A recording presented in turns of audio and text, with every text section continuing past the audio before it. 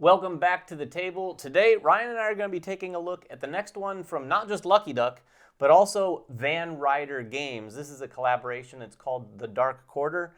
It is a graphic narrative adventure in the vein of the Destinies system, but quite a bit darker and quite a bit different. Yeah, I could say that you could almost consider this a companion to Destinies. It's not a sequel to Destinies by any stretch. It's actually a very different game. I would say that's built on the same mechanical engine Same system. that ran Destinies. A similar system. However, there is a key difference here, and that is that Dark Quarter is actually cooperative. So you're actually working with the other players at the table as members of this organization, the Beaumont Agency, who assists the New Orleans Police Department with some of the more, I would say, occult crimes. Yes. Some of the more supernatural stuff that seems to be occurring in the city. Yeah, whether they're occult or supernatural, one thing for sure is they're gritty. Yes. This game has one other big difference. Although Destinies can get a little dark, this gets very, very dark. In fact, it's quite a mature game. That's true. We don't see a lot of those in board games, but this one does not hesitate to lean into really dark, gruesome subject matter, along with some pretty robust language. Well, yeah, I mean, obviously this is adult oriented, and it being that noir, gritty, you're going to have that adult language in some of the text and some of the narrative, and you're going to have that crime. I mean, this is an investigation game. Every scenario starts with something that you're investigating. In the first scenario, it is a grisly murder, and you have to, go to the crime scene and kind of investigate that murder scene. And so from whatever point that the game kicks off, you are coming into that scenario. And what's, I think, kind of interesting about this game is that you're not only investigating the scenario itself, you do need to kind of try to solve that.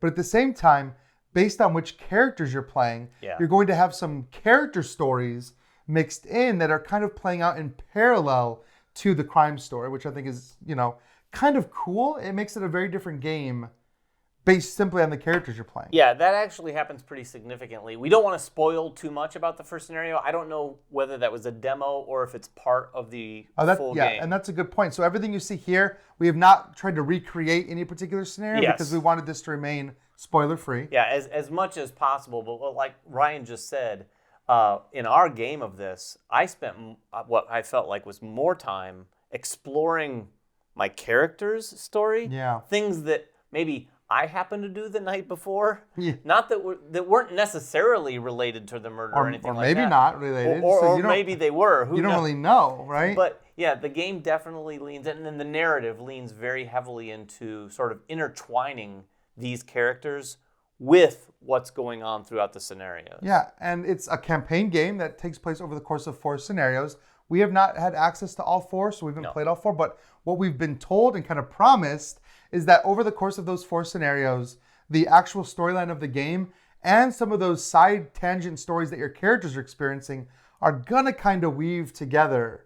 It might be a couple scenarios before you start to understand that maybe that thing that happened to your character's past, maybe this is tied to that somehow, or one of the characters is investigating what happened to their wife. Maybe it's kind of tied into what's happening now, right? So when we talk about this game being a narrative, I mean, it is, I would say, very strongly on the narrative side. There are still mechanics. You are still doing things mechanically in the game, but a lot more of it is just knowing where to investigate, knowing the right questions to ask, knowing which clues to look at, and spending your time efficiently as well. Yeah, and I want to start, too, by comparing this to Destinies just a little bit more, because for those of you who are familiar, you're going to get a sense for mechanically some of the similar things this does. This is built around that same sort of skill check system here. You're going to have your player dashboard, you're going to have your 2 main dice, and your effort dice, which are dice that you can use on checks if you want to, or if you have access to them, to sort of increase your chances. The cool thing about Destinies that I really enjoyed, which is also present here, are the way these skill checks work. You have these 4 different categories. In this case, it's talent, combat, arcane, and charisma. And those checks are going to come up through varying different scenarios or situations that happen in the game. But you're going to have a number of different cubes on each of those tracks. And when you roll those dice, you're actually comparing the total to how far you got along that track. And then those cubes themselves are the successes. So throughout the game, as you level up or spend your experience to get better, you're actually going to be moving these cubes in each of these tracks to the left so that more of them are on lower numbers so that it increases your chance of a really good success. Yeah, so for example, for combat, you might be really good if you have lower, but I've got one die in combat that's one disc that's all the way up to 10. So if I want to get all 3 of my successes, I need to at least hit a 10. Now, it's possible to get more than 3 successes. You can use some of your ability cards and potentially some items that you have found over the course of the game to boost your successes. In addition, there's a critical effect that might happen on some of the dice that gives you an additional success as well. So if you're going up against a challenge that you think maybe is going to be very difficult, it might be time to use some of your consumable items, use some of your effort dice, because you only get 1 effort dice replenishing 1 turn. So you need to think hard about when to use those resources. Yeah, for sure. And Ryan mentioned these ability cards. These are interesting. You're going to have a few for each character. There's 2 starting ones, and you choose one of those. For instance, I chose Keen Eye for John here, and it says during a talent test, add 2 to your dice roll. So these are going to do a variety of different things. On the item front, just like Destinies, sometimes you're going to have to kind of read the situation to determine whether or not you want to scan an item. The app is not going to just tell you, hey, you need a crowbar here. Yeah. But if you come up to a situation that feels, after you read the narrative part, oh, there's a thing here with a padlock and I don't have a key, right, but I do have a crowbar, then you can sort of choose the option to try to use an item, and then you'll just scan the crowbar to see if it works. Sometimes you might scan something like that and it'll go, nope, didn't work, or it broke, or something like that. But it's going to be up to you to sort of make those choices. And then just like Destinies, sometimes that might make this go away, or you might be able to keep it to use another day. Well, that QR system, that QR code on items lets you do a few interesting things. Now, you're going to start the game with some items based on your character, and there's also going to be a shared item pile. This is like the Beaumont inventory. This is everything that your agency collects that all characters have access to. On your turn, you can always scan one item before you act, and sometimes that will give you a useful hint. But it's going to tell you kind of more about the item or what that item is as far as the limited information that you know. Yeah. You may get into some situations where maybe you meet a character or an NPC and you're having a dialogue with them, and the app breaks down a whole dialogue tree of a bunch of different questions you can ask them. And one of the questions is, can you tell me more about an item? So sometimes you might bring an item to a particular person, scan it, and they'll say, I don't know what that is. But then other times they're like, oh, I know exactly what that is, and I know what you do with it, right? And so that's one way that you're going to get more information on these. And like David said, some games you might come up to a lock and it will say, do you have the crowbar, ? And you know, okay, well, this doesn't. They just say the door's locked. Use an item. And you're not sure, am I looking for a key item? Oh, I found a crowbar. Maybe I should go back to that lock and see if that will work, right? And so you're not prompted. It lets you figure out the clues on your own. It almost feels, and we've talked about this, like a point and click adventure. Absolutely. Where you're like, you come up to an item, it says, you could try every item. You can scan any item, but it'll just tell you that, hey, what are you even doing here? This isn't going to work. And that, I would say, is the other big difference between this and Destinies, is whereas Destinies feels a little bit more RPG-ish to me, more like a role-playing game, this definitely leans in, like Ryan said, into that sort of point-and-click graphic adventure. One reason that is the case is in Destinies, you're actually laying out tiles as you play and sort of exploring an overworld map of a small area. This has this big board of New Orleans, which is effectively just an abstracted board where you're going to be putting icons that you can interact with, but there's really no spaces to move. You're effectively going to another location. Oh, you want to go to the bar? Well, just go to the bar from where you're at. Yeah. Now, things can change. That might change. But as you do that, you're actually going to be taking these location cards out, and you're going to be putting out this out beside the board. I'm going to put it right here on the board. But these are various different locations, and as you do this, the app is going to instruct you to put points of interest on that. Those could be NPCs to interact with. They could be sort of subsets of the location, if you will, but you're going to have those sort of scattered out around the board as you explore more and more of New Orleans. Yeah, now as David said, you're going to have these kind of set up to the side, and you'll know what these locations are, and you can go to them. Each one of these pins represents a location you could travel to, and it'll tell you, you could flip it over if you've already discovered it, so you kind of know, okay, well, this location, if I move here, I'm actually over here on this sideboard.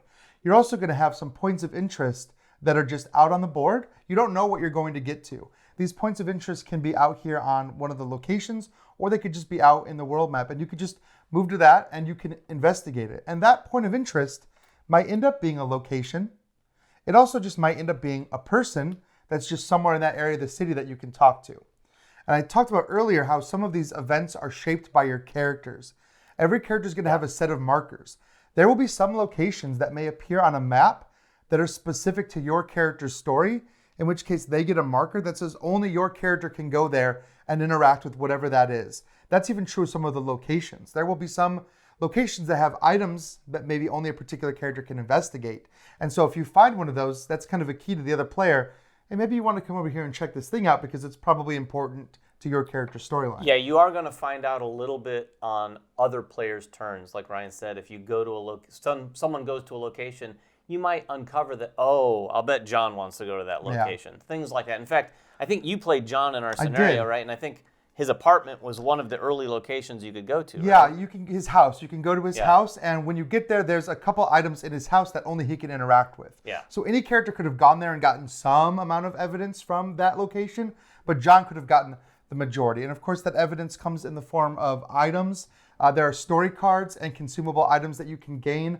A lot of these are going to be clues to point you in the direction because I'll be honest, the game on purpose doesn't give you a lot of direction to start with. No. Now, there is the Beaumont agency that you can kind of call to ask for hints and advice, and you have a boss that kind of will chime in every once in a while. If she feels like you're going a little too slow, she'll kind of give you a little bit of a push. You could ask for these hints. They do impact your final score, but they don't penalize you in any other way. So if you're the kind of player that just wants to kind of enjoy that narrative experience and you don't really care what your score is at the end, you can get as many hints and guidance as you want to kind of help along some players who may be, putting together puzzles isn't their strong suit, right? Yeah, it is a very narrative experience. And we probably should have started this. For those of you who have no experience with Destinies, one of the things you should, and you could probably have gathered from the video so far, is that this is a board game that has an app integration that is a user sort of created experience. When you start, you really don't know what's going to happen, what's going on. And the app literally walks you through every step. We barely had to read the rule book in order to get started. Now, you do have to know some things about how to do the skill tests and everything like that. But other than that, getting started is simply putting this board out, putting the stacks of cards out, starting up the app. And the app starts with select your characters. You choose your characters, then it shows like this screen right here showing me how to set up John, where his stats are at the beginning of the game. Walks you through step by step, not only setting up what ability cards you want to choose, what items you start with, but then even in your first turn, it reminds you that the first step is to refresh one of your effort die. And then from that point forward, the ball just starts rolling and you're kind of following their narrative right there. And, the apps, people have all different kinds of opinions about apps and games. I love them, and let me tell you the number one reason I do. It's because the app can record your decisions without letting you know what was a key decision you just made. Yeah. Because I always feel that way in board games. It's like, because it might say, if you make this decision, take story marker A, later something's going to ask for story marker A. It makes it so you can't game the game as much. You really can't because you don't know the impact that your decisions are going to have. And the app can keep track of stuff for 3 or 4 scenarios. So decisions you make in scenario 1 might go all the way through scenario 4 because as you're interacting with these characters and you're making these skill tests, sometimes you'll fail. NPCs can change their opinion of you. They can turn hostile even against you. And that is most certainly going to impact, I think, future scenarios when you've turned some of the different organizations hostile. Yeah, and we don't know even barely an eighth of what to expect from the game.